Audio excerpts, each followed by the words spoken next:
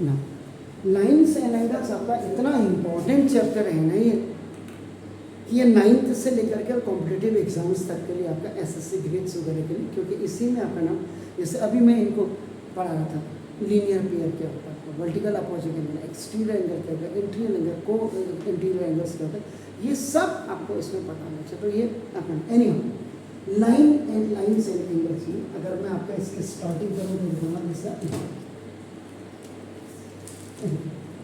2 parallel lines are intersected by 2 transversal parallel lines, यानी कि A B आपका देखो ना और सी डी ये दोनों पैरेलल है, और T1 एंड T2 अपना ये दो एक से भी हो सकता है, ऐसा नहीं कि एक से नहीं होगा अपना, लेकिन और क्लियरिटी आपके आ जाएगी। देखो अपना इसमें देखो, अब इनमें एंगल डिनोशंस को आप अगर करेंगे, अगर मैं आप चाहते हैं तो मैं देखो इसको एक भी कर सकता हूँ, लेकिन इसमें उतनी बड़ी क्लियरिटी नहीं आ सकती है। आपका देखो अब आपने क्या किया, देखो ना ये देखो A B and C D are 2 parallel lines and T1 is a transversal line intersects, देखो intersects अपना this AB and CD at अपना E and F point। इसमें इतनी ज़्यादा क्लियरिटी नहीं आती है अपना, तो जैसे अब देखो AB is parallel to CD हो गया, ऐसे लिखते हैं, and T1 is a transversal line।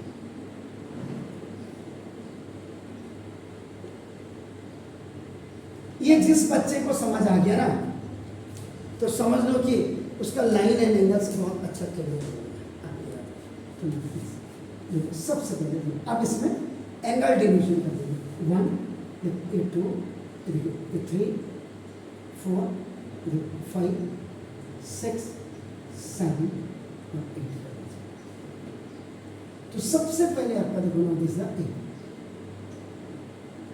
Linear pair of angles।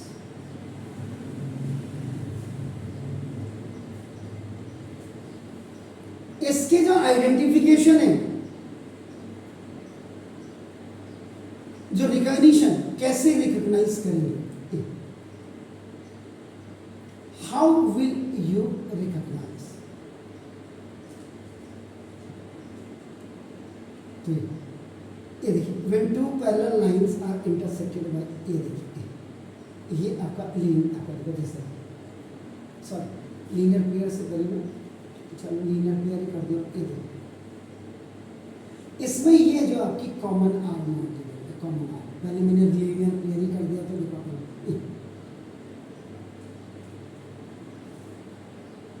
तो यानी कि angle 1 plus angle 2 is equal to 180। Angle 2 plus angle 3 is equal to 180। Angle 3 plus angle 4 is equal to 180। Angle 4 plus angle upon 1 is equal to 180। कि when one common arm is dividing the straight angle into 2 angles, इसमें एक angle आपका first angle को या 1 angle आपको आप जो भी कहें आपका, एक इसमें एक्यूट एंगल होता है आपका, एंड सेकेंड वाला जो यानी कि एनदर, जिसको आप कहते हैं एनदर, आपका ना हमेशा ऑब्ट्यूज एंगल होता है। एक्यूट एंगल का मतलब more than 0 degree and less than 90 degree, और ऑब्ट्यूज एंगल आपका जो है ये more than 90 degree and less than 180 degree. ऐसे ही 6 + 7 7 + 8 8 + 5 5 + 6, ये भी लीनियर पेयर ऑफ एंगल, जिनकी एक कॉमन आर्म होती है।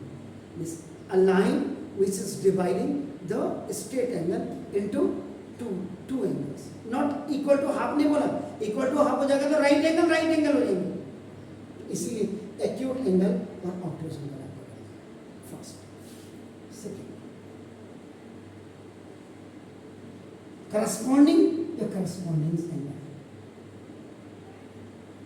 इसकी जो रिकॉग्निशन है आइडेंटिफिकेशन की, जिसको मैं अभी बता दी, ऐसे भी हो सकता है। देखो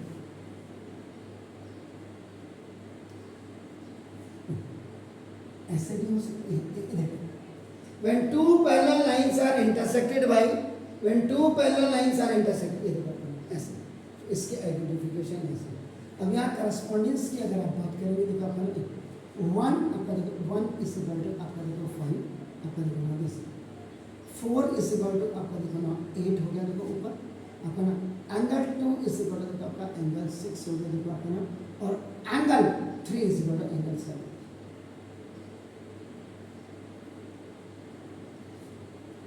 ये करस्पॉन्डेंस एंगल ऐसे पहचान लेते हैं इसके बाद थर्ड फिर वर्टिकली अपोजिट एंगल्स। जिस बच्चे को लाइन एंड एंगल समझ आ गई ना, इसका मतलब उसको आगे ट्रायंगल भी समझ आ जाए, क्योंकि ये वहां भी लगेगा, वहां भी यूज होगा, याद रखिएगा। तो इसलिए अब देखो वर्टिकली अपोजिट, जैसे हम इंग्लिश का मल्टीप्लिकेशन का साइन लिखते हैं, ये वाला एंगल इसके बराबर, एंड दिस एंगल इज आपका vertically opposite angle. Angle 1 is equal to आपका एंगल 3, देखिए आपका एंगल 2 इज इक्वल टू आपका एंगल 4 हो गया देखो आपका, एंगल 5 इज इक्वल टू आपका एंगल 7 और sorry angle 6 is equal to angle 8। ये आपका वर्टिकली अपोजिट, और इसकी आइडेंटिफिकेशन देखिए। इसके बाद देन आपका आफ्टर दैट अपना अल्टरनेट इंटीरियर एंगल्स। इंग्लिश का इसकी आइडेंटिफिकेशन, इंग्लिश का जेड लिखो। When two parallel lines are intersected by one transversal line, या इंग्लिश का आपका if you are writing N capital N, if two parallel lines are intersected by अपना देखो this one transversal line, तो ये आपका देखो ये ऐसे अल्टरनेट। इसका मतलब देखो आपका ना एंगल 1 इज इक्वल टू देखो आप एंगल 6 देखिए वहां आपका देखो, एंगल 2 इज इक्वल टू आपका एंगल देखो, एंगल 1 इज इक्वल टू देखो आपका एंगल 6 आपका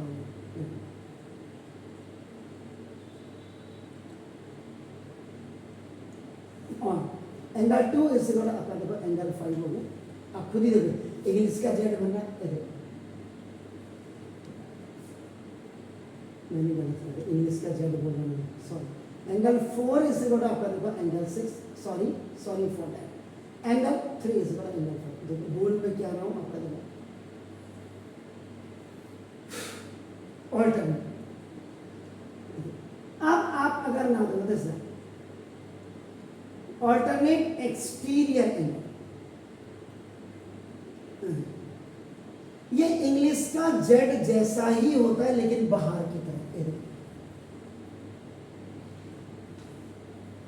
इंग्लिश का एन अगर आप बनाते हैं आपका नाम होगा this, when the transversal line आपका नाम इस देखो 16 ये आपका इसका मतलब एंगल 1 इज इक्वल टू आपका देखो एंगल 7 और एंगल 2 इज इक्वल टू देखो आपका एंगल 8 आपका ऑल्टरनेट एक्सटीरियर एंगल देखिए वहां फिगर में देखिए। इसके बाद आपका नाम देखो दिस को इंटीरियर एंगल। को इंटीरियर एंगल्स में आपका नाम देखो दिस, इसकी जो पहचान है देखो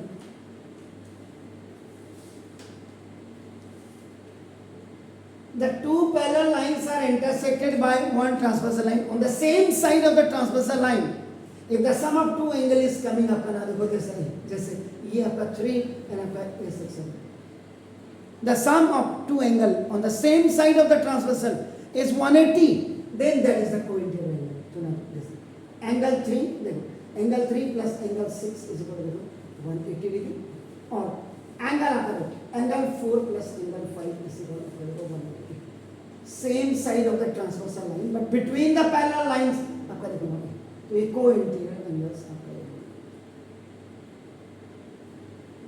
इसके अलावा instead of or besides of this या बिसाइड्स ऑफ दीज, इनके साथ साथ आपको कौन सी इंफॉर्मेशन अपने दिमाग में रखनी है। जैसे अब आपका देखो ना पैरेललोग्राम हो गया, पैरेललोग्राम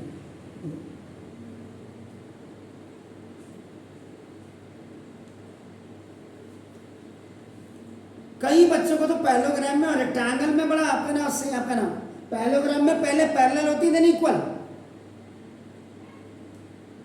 और रेक्टेंगल में पहले इक्वल होती है तब पैरेलल होगा।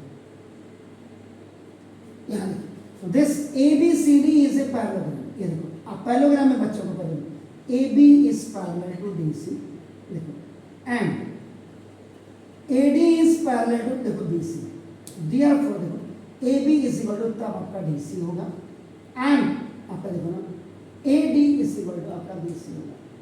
लेकिन याद रखिएगा but angle A is equal to angle C होगा and angle B is equal to angle B, acute angle और दोनों ऑब्टूज एंगल दोनों ये आपका एक्यूट एंगल है। अगर आप यहाँ देखेंगे और ये B और D को अगर आप देखेंगे तो दिस इनको कहते हैं अपोजिट एंगल्स,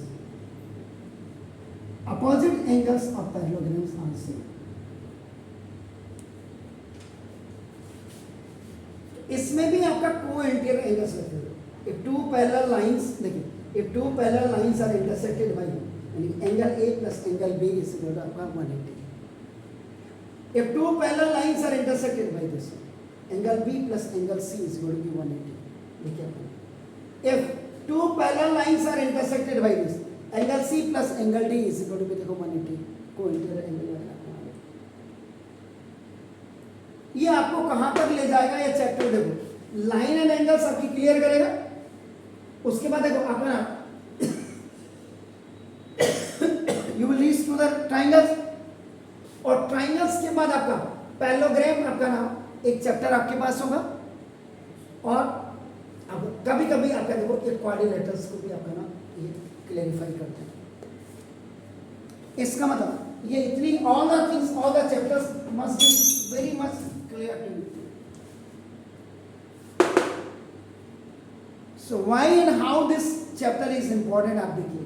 तो पहले तो आप बिफोर आपका ना मैंने वही बोला था, किसी भी एक्सरसाइज में जब आप जाते हैं, किसी भी टॉपिक में आप जाते हैं या किसी भी चैप्टर में, पहले उनके जो कंटेंट्स हैं, मेन कंटेंट्स हैं, उनके डेफिनेशंस और यहाँ पे एंगल्स के बारे में आपको पूरी नॉलेज हो जानी चाहिए इसकी, तब आप इनमें आप जाएंगे तो बेटर होगा। कुछ नहीं लाइन एंड एंगल्स में, उसके बाद जब आप क्वेश्चन करेंगे, आप एक्सरसाइज करेंगे आपको, बट याद रखिएगा ये तो आपके दिमाग में होना। मैं वो जो आपको करस्पॉन्डेंस एंगल आप कंफ्यूजन है, आप ही रावत सर ने तो ऐसा बोला था और ये तो दिखाई ऐसा देगा।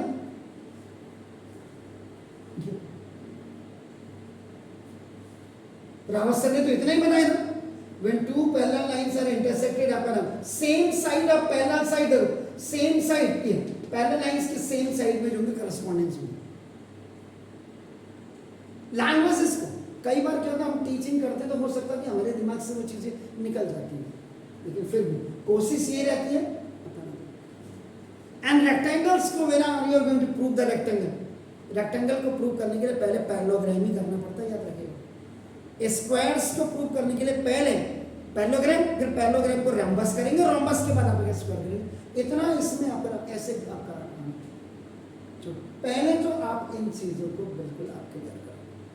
ये जब आपका आ जाएगा उसके बाद ट्राइंगल भी और आपका लाइंस एंड एंगल्स के सारे क्वेश्चंस आपके हो जाएंगे। डू इट, फिर बात करते हैं आगे।